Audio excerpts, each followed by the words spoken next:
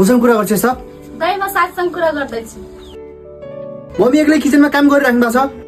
त यहाँ कुरा गर्दै बसिछस्? को साथी हो? खैले त मसँग कुरा गर।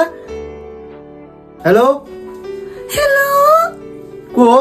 म रबिना बोलेको।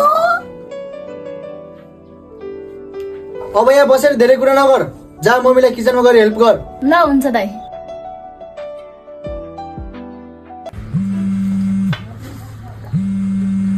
नयाँ नेउते कल सायद त्यसको दाइ होला। हेलो, को हुनुहुन्छ? म विप्लव के सायद नाम त सुनेकै होलौ तिमीले। के गरे? म झनाको दाइ के। अघि हाम्रो कुरा भएको थियो नि, त्यति बेला हाम्रो मिसअन्डरस्ट्यान्डिङ भएको थियो।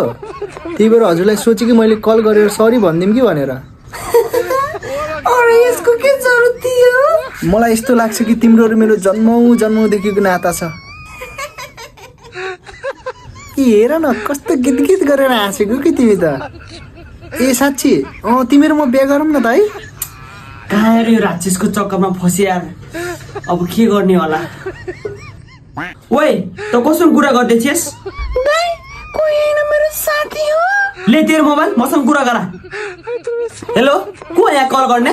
हजुर, म ज्योति बोलेको। वाउ, कस्तो मिठो के हजुरको बोली त। मलाई कस्तो मन पर्यो नि।